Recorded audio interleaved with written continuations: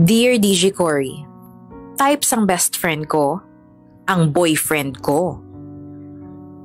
Hello DJ Cory, mayong adlaw sa imo. Tawag lang ako sa ngalan nga Patricia, 26 years old, kag isa ka registered nurse. DJ Cory, abi ko kung may best friend ka, may kaunong kag kaapin ka sa tanan nga panahon. Labi na gid kung may mag-agi nga pagtilaw sa kabuhi mo. Pero nagsala gid ako sa paghatag sang akon nga pagsalig. Year 2014, nasang nag-abroad ang utod ko nga babayi para didto magtrabaho, upod ang iya nga bana. Ginhangyo niya dayon ako nga kung pwede anay nga ako ang magbantay sa balay nila diri sa Pilipinas. Nagsugot man ako. First year college ako sadto kag nursing ang kurso nga ginakuha ko. Nag-eskwela ako sa isa ka kilala nga university pag-abot sa nursing. Private siya kag medyo mahal ang tuition fee pero hambal sa magulang ko siya na ang bahala sang tanan basta bantayan ko lang kuno ang balay nila. DJ Cory, pero mi ako nagaisahanon sa kantina mon tungod wala ako friends sadto. Bago pa lang abi ako sa school nga to. Hasta pagkaligad sa pila ka bulan may nakilala ako nga isa ka classmate nga itago naton sa ngalan nga Rose. Guwapa, friendly, kag permi niya ako ginaupdan. Fast forward to year 2018, nag-graduate na kami, kag upod kami nga nag-celebrate. Close kami sa isa kag isa, kag daw mag-utod na kami nga duha. Kung kaisa, sa balay na lang siya nagatulog, nagapaligo, nagkakaon. Balaan na mo ng sekreto sang isa kag isa. 2019, sang nakapasar ako sa board exam. Instead nga mangin happy ako, nasubuan ako. So hindi ko nakita ang ngalan niya sa list. Ako ang nasakitan para sa iya pero hambal niya, okay lang na. Mabawi lang ko sa sunod. Importante nakapasar ka. Tungod nakapasar ako sa ospital, nag-apply ako dayon sa isa ka public hospital. Kag nabaton, tungod nakapasar ako sa exam, nag-apply ako dayon sa isa ka public hospital kag nabaton dayon ako. Fast forward to August 13, 2019. Wedding day sang cousin ko. Nag-attend ako, pero wala ako nag-expect na may ireto siya gali sa akon nga guy. His name is JM. Guwapo, nami lawas, taas ilong, nami mag-smile kag very approachable. Pagpauli ko sa balay, may nag-message request sa akon. Gin-check ko dahin kung sino. Nag-message siya nga, "Hi Pat, tani hindi ka mangakig ha. Ginpangayo kong Facebook mo sa cousin mo. Ang Facebook name mo. Si JM gali." DJ Cory, baw. Ginpanglantaw ko dahin ng mga posts kag picture niya sa Facebook. Base may asawa siya. Kung kinanglan ko mangin, sure. Pulis gali siya. Pulis yung GM. Pero may siya nag-chat sa akon, pero talagsa lang ako nag-reply sa iya. Sa pinsar ko, basi damo siya babayi. Kag basi may girlfriend na siya. Kagwapo abi kag kamatsyo sa iya. So daw labo nga wala siya girlfriend, no? Or wala sa babae nga involved sa iya. Ayun, bukod lawas, gwapo. Ang itsura bala nga daw damo gid nagalagas nga babayi. So fast forward pagkaligad sang 3 ka bulan, pero may na siya nagakadto sa balay. Friend niya bing cousin ko nga policeman.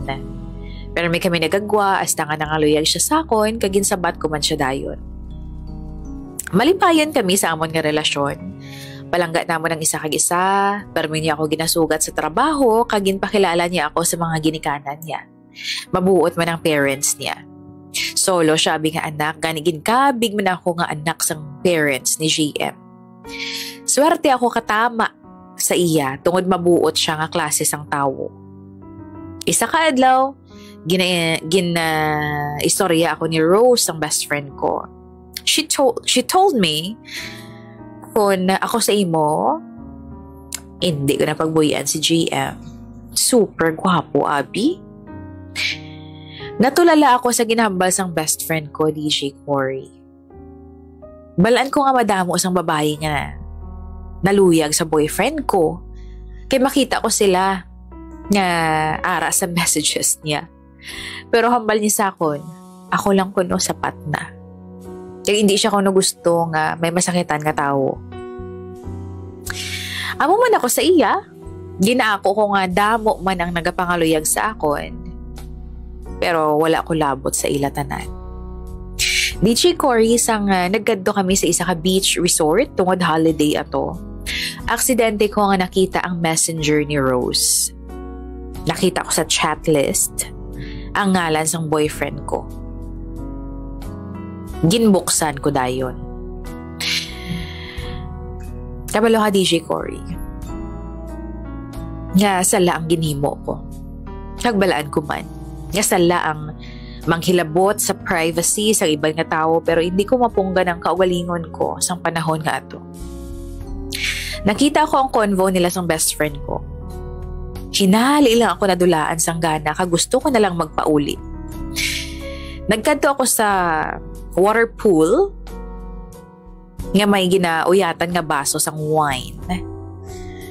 Gusto ko maghibi sa nakita ko, DJ Cory, pero hindi ko gusto mahalata ni JM. Ginkantoan niya ko. Kaginhambalan. What's the matter with my future wife? Okay halang, love?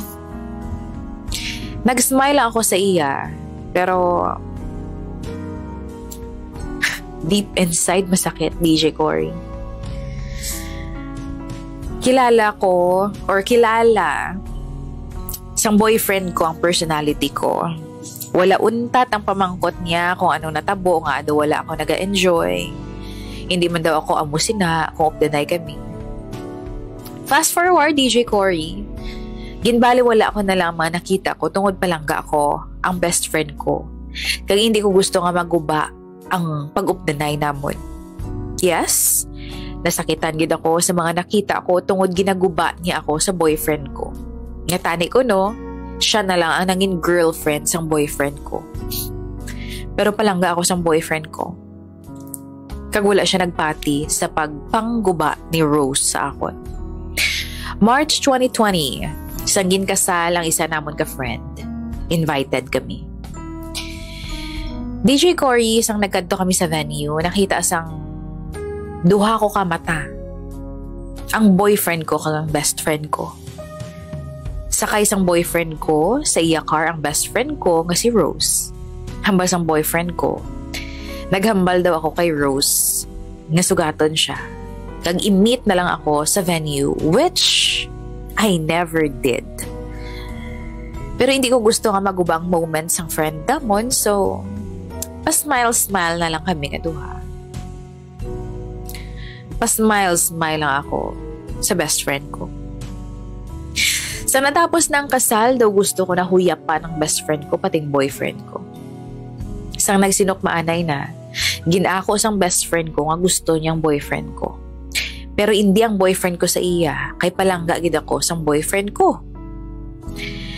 Habi mo, DJ Cory, na-hurt ko katama. Na-hurt gid ako katama sa mga nakita kag nabatian ko. Nagpauli ako dayon, tapos gin-block ko sa Facebook, kag gin-block ko ang boyfriend ko. Duwa sila. Ginpang-block ko. Fast forward, naggadto ako sa Canada para mag-vacation sa sister ko. Nagtawag si JM sa manang ko nga kantuan niya ako sa Canada. Pero hambal sang manang ko, tagaan ako na isang time nga mag-heal sa hurt nga nabatsyagan ko. Makaligad sa isa ka tuig, nag-decide ako nga magpauli na lang sa Pilipinas. Sang nabalaan ni JM nga aran ako sa Pilipinas, gingkadoan niya ko dayon, kag nangayo siya sang sorry. Ang hambal niya, wala daw siya kabalo sang plano ni Rose, ang ex-best friend ko. Ang sala niya lang, nagpati siya dayon, kag wala na gin-confirm sa akon kung tuod ang ginahambal sini. Hambal niya pa, nagprangka si Rose sa iya sang feelings niya, pero ginprangka niya man kuno nga Langga niya ako. Kag-friend lang ang turing niya kay Rose. Ginhambal niya man nga wala siya sang nangin karelasyon samtang sa Canada ako. Nagpalayo siya kay Rose kay hindi siya gusto nga magubang amon relasyon completely. Kaya gusto niya kung tani pakaslan ako, sang ara ako sa Canada. Ginpatawad ko siya. Kag nangin okay kami. Fast forward, DJ Cory, year 2022, January 1, sang nag-process or nag-propose sa akon si JM. Uy. Nag-propose sa akon si JM. And yes, nag-yes ako dayon. Tungod palangga ko siya.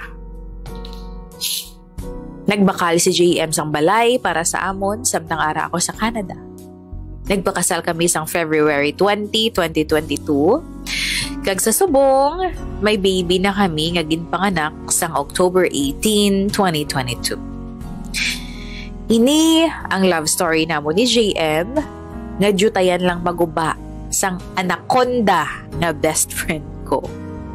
Madamo nga salamat, DJ Cory. Love, Patricia.